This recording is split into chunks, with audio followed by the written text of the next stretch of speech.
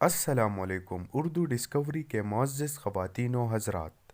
دوستو، آج ہم جس نئی دنیا میں رہتے ہیں اتنی ماڈرن اور سویلائزڈ ہے، اس کے باوجود دنیا بھر میں کچھ عجیب و غریب قبائل اب بھی اپنی مخصوص ثقافتوں کو اپناتے اور ان پر عمل پیرا ہے۔ ان میں سے بہت سے قبائل الگ تلگ زندگی بسر کرتے ہیں، انہیں باقی دنیا سے کوئی دلچسپی نہیں ہے، اور شاید اسی طرح وہ اپنے صدیوں پرانی روایتوں کو برقرار رکھنے کا انتظام کرتے ہیں۔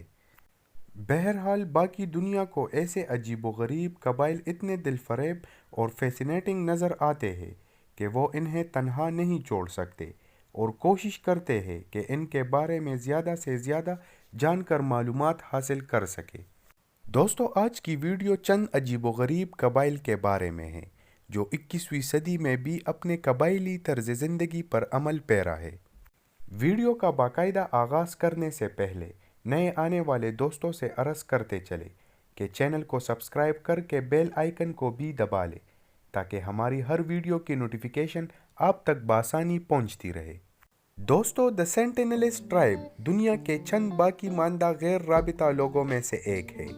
یہ قبیلہ بیرونی دنیا کے ساتھ کسی بھی قسم کے رابطوں کے خلاف مزاحمت کرتا ہے۔ یہ لوگ اپنی پرائیویسی برقرار رکھ سکتے ہیں کیونکہ ان کے پاس ایک پورا جزیرہ ہے۔ یہ لوگ ہندوستان کے جزیرہ شمالی سینٹینل جزیرے پہ رہتے ہیں۔ باہری دنیا کا ان سے رابطے قائم کرنے کی تمام آزمائشیں ان کے قریب آنے والے جہازوں اور کشتیوں پر تیروں اور نیزوں سے حملے کرنے پر ختم ہوئی۔ اس وجہ سے ہندوستانی حکومت سینٹینلز کو ایک خود مختار قوم سمجھتی ہے اور ان پر حملہ یا بے وجہ رابطہ بنانے کی کوشش کرنے والوں کو مارنے کی اجازت بھی دیتی ہے۔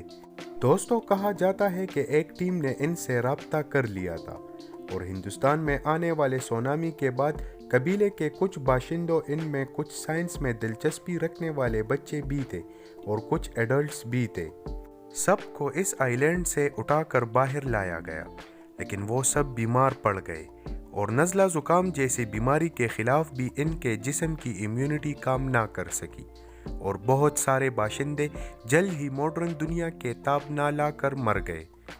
باقی جو بیمار تھے، لاکھ کوششوں کے باوجود ان پر کوئی دوا اثر نہ کر سکی، تو مجبوراً انہیں واپس آئی لینڈ پر لے جا کر چھوڑنا پڑا۔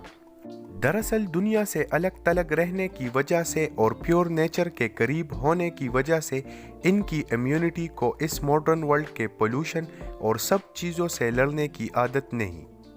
یہی وجہ ہے کہ اس وقت کے بعد حکومت نے اس قبیلے سے کوئی بھی رابطہ بنانے پر پابندی عائد کر دی۔ دوستو، اگر آپ عجیب و غریب قبائل میں دلچسپی رکھتے ہیں تو کینیبل ٹرائب کے بارے میں کیا خیال ہے؟ پاپوا انڈونیشیا کا ایک بڑا قبائلی گروہ جو پاپوان ہائی لینڈز میں وادی بالیم کے مشرق میں رہتا ہے۔ اس قبیلے کے لوگوں کو یالی کہا جاتا ہے۔ اصل میں لفظ یالی قبیلے یا اس کی ثقافتی شناخت کا حوالہ نہیں دیتا، اس کا مطلب صرف مشرق کے لوگ ہے۔ ایک اہم چیز جس نے یالی لوگوں کو ان کے قبائلی طرز زندگی کو برقرار رکھنے میں مدد کی، وہ یہ ہے کہ ان کی زمینیں بڑی حد تک چیلنجنگ جغرافیہ کی وجہ سے الگ تلگ ہے۔ ان کے گاؤں عام لوگوں کے لیے پہنچ پانا لگ بھگ ناممکن ہے۔ وہاں جانے کے لیے کئی دنوں تک ناہموار راستوں سے گزرنا پڑتا ہے۔ ان لوگوں کا 1960 کی دہائی تک بیرونی دنیا سے کوئی رابطہ نہیں تھا، اور اب بھی یہ لوگ انڈونیشیا کے زیر کنٹرول کسی حد تک خود مختار علاقے میں رہ رہے ہیں۔ زیادہ تر لوگ جنہوں نے یالی کے بارے میں سنا ہے، انہوں نے صرف یہ سنا ہے کہ وہ آدم خور یعنی کینیبلز ہے، تاہم وہ مکمل طور پر ایسے نہیں ہے۔ وہ لوگ کھانے پینے کی دوسری اشیاء بھی کھاتے ہیں، مگر دوسرے قبائل کو خوفزدہ کرنے کے لیے ایک طریقے کے طور پر کینیبلزم کا استعمال کیا جاتا ہے۔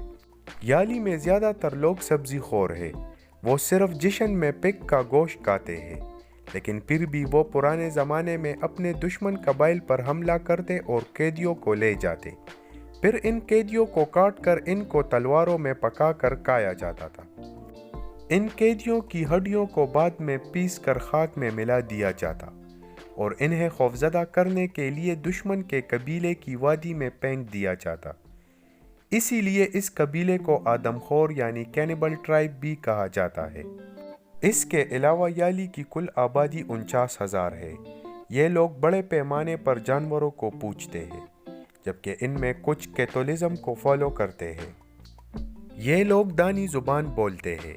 ان کے مرد کپڑوں کے طور پر صرف کوٹکا پہنتے ہیں اور گلے میں مالا کی طرح بڑے بڑے رنگز پہنتے ہیں، جبکہ عورتیں ریڈ سے بنی ہوئی سکرٹس پہنتی ہیں۔ دوستو، عجیب قبائل میں ایک قبیلہ سورما بھی ہے۔ سورما لوگ ایتھوپیا کی بالائی اوموویلی میں رہتے ہیں۔ سورما قبائل سوری قبیلے اور مرسی قبیلے پر مشتمل ہے۔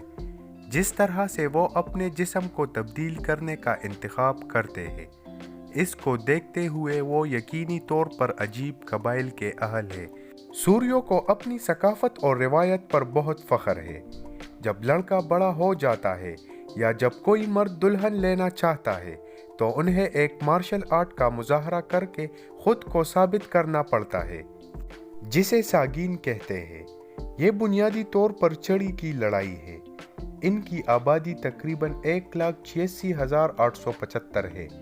یہ لوگ 4 زبانیں بولتے ہیں۔ ان میں زیادہ تر لوگ جانوروں کو پوجتے ہیں، جبکہ بہت کم عیسائیت کو مانتے ہیں۔ ہونٹوں کو چھیدنا اور ہونٹوں میں پلیٹیں ڈالنا سوری ثقافت کا ایک مضبوط حصہ ہے۔ بلوغت میں زیادہ تر نوجوان خواتین اپنے نچلے ہونٹ کو چھیدنے کے لیے اپنے نچلے دانت تک نکال لیتے ہیں۔ ہونٹ چھیدنے کے بعد اسے کھینچا جاتا ہے اور بڑھتے ہوئے سائز کی ہونٹوں کی پلیٹ چھیدے ہوئے سوراخ میں رکھ دی جاتی ہے۔ ہونٹوں کا پلیٹ ہونا خواتین کے لیے خوبصورت اور موزوں ہونے کی علامت ہے۔ ایک عام خیال ہے کہ پلیٹ جتنی بڑی ہوگی اتنی ہی زیادہ مویشی دلہن اپنے قیمت میں لیتی ہے۔ سوری لوگ اپنے زخم کے نشانوں پر فخر کرتے ہیں۔ ان کی خواتین جلد کو کاٹنے کے بعد بلیڈ سے ان زخموں کی سکارفیکشن کرتی ہے۔ جلد کو کاٹنے کے بعد جو ٹکڑے رہ جاتے ہیں وہ داغ ان کے لیے باعث فخر بن جاتے ہیں، جبکہ دوسری طرف مرد روایتی طور پر دشمن کے گروہ کے کسی باشندے کو قتل کرنے کے بعد ان کے جسموں پر کٹس یعنی داغ لگاتے ہیں۔ دوستو، مرد بھی اپنے جسم کو طرح طرح سے کاٹ کر خود پر سکارس بناتے ہیں۔ یہ لوگ باقی دنیا سے انجان اپنی دنیا میں مگن رہتے ہیں۔ یہ لوگ نہ تو ڈاکٹر کو جانتے ہیں، نہ ہی ان کو ماڈرن دنیا کا کچھ پتہ ہے۔ دوستو، چکچی قبیلہ روسی فیڈریشن کے اندر چکچی جزیرہ اور بحیرہ چکچی کے ساحلوں پر آباد ہے۔ یہ لوگ چکوٹ کا خود مختار اوکرگ میں رہتے ہیں، جہاں وہ بڑے حد تک اپنی روایتی طرز زندگی کو برقرار رکھتے ہیں۔ زیادہ تر نسلی لوگوں کی طرح جو اپنی زندگی کو بچانے میں کامیاب رہے، چکچی لوگ بھی باہر کے لوگوں کو پیچھے ہٹاتے ہیں اور ان سے رابطہ رکھنے کے قائل نہیں ہیں۔ اور دوسری وجہ یہ بھی ہے کہ چکوٹکا میں آب و ہوا بہت سخت ہے۔ سردیوں کا درجہ حرارت -54 سینٹی گریڈ تک گر جاتا ہے۔ یہ علاقہ زیادہ تر درختوں کے بغیر آرکٹک کے میدان پر مشتمل ہے، جہاں عام انسان کا سروائیو کرنا لگ بھگ ناممکن ہے۔ چکچی لوگوں کو حتمی طور پر زندہ بچ جانے والے افراد کا نام دیا گیا ہے، کیونکہ وہ اپنی ثقافت کو برقرار رکھتے ہوئے سوویت یونین کی جانب سے انہیں بجھانے یا بگاڑنے کی بے حد کوششوں سے زندہ رہنے میں کامیاب ہوئے۔ ان لوگوں کی آبادی تقریباً 1,59,000 ہے۔ یہ 2 زبانیں بولتے ہیں، چکچی اور رشین۔ یہ لوگ انتہائی لڑاکے اور مارشل سکلڈ ہوتے ہیں اور باہری دنیا کے آسائشوں سے باخبر ہونے کے باوجود کوئی بھی فیسلٹی اپنے استعمال میں نہیں لاتے۔ کوئی بھی ایسا کرے گا تو جرم مانا جائے گا۔ شاید ان پڑھ اور پسماندہ ہونے کے باوجود ان لوگوں نے ماڈرن ایجادات کے فوائد کے ساتھ نقصانات کو پہلے سے بانپ لیا ہے۔ دوستو، عجیب قبائل کی بات ہو رہی ہے تو ان میں کیلاش کا ذکر بھی کر دیتے ہیں۔ ویسے یہ قبیلہ عجیب تو نہیں، مگر یونیک ضرور ہے۔ پاکستان کے دور دراز پہاڑوں میں کاکیشین نظر آنے والے لوگوں کا ایک گروپ اپنی روایت اور ثقافت کو بچانے کی جدوجہد کر رہا ہے۔ انہیں کلاش کہتے ہیں۔ مذکورہ قبیلہ کے لوگ ایشیائی نہیں بلکہ یورپی لگتے ہیں، اور ایسا یورپ کا بھی ماننا ہے کہ یہ لوگ اصل میں یورپی ہیں۔ کلاش قبیلے کے لوگوں کو بآسانی پہچانا جا سکتا ہے کیونکہ وہ اپنے پاکستانی ساتھیوں کے زیادہ قریب نظر نہیں آتے۔ وہ دیکھنے میں بھی پورے یورپی نظر آتے ہیں، جن میں سے بہت سے سنہرے بال، نیلی آنکھیں اور ہلکی جلد رکھتے ہیں۔ وہ شوخ رنگ کا لباس پسند کرتے ہیں۔ خواتین لمبے سیاہ لباس پہنتی ہیں اور اس کے ساتھ شیلز اور دیسی مواد سے بنائی گئی بہت سے زیورات پہنتی ہے۔ وہ سال بھر میں بہت سے تہوار مناتے ہیں۔ ان کے سب سے مشہور تہواروں میں مئی میں منائے جانے والا جوشی تہوار اچاؤ جو ہر موسم خزاں میں منایا جاتا ہے، اور کاموز جو ہر وسط سرما میں منایا جاتا ہے۔ وہ ان تقریبات کو تشکر کے طور پر مناتے ہیں، اپنے دیوتاؤں اور دوسرے لوگوں کا تحفظ حاصل کرتے ہیں۔ کلاش لوگوں کے مطابق وہ سکندر اعظم کی اولاد ہے، تاہم کوئی سائنسی ثبوت یہ ثابت نہیں کر سکتا۔ اس کے باوجود یہ لوگ یقین رکھتے ہیں کہ انہوں نے اپنے یورپی شکل سکندر اعظم سے حاصل کی ہے۔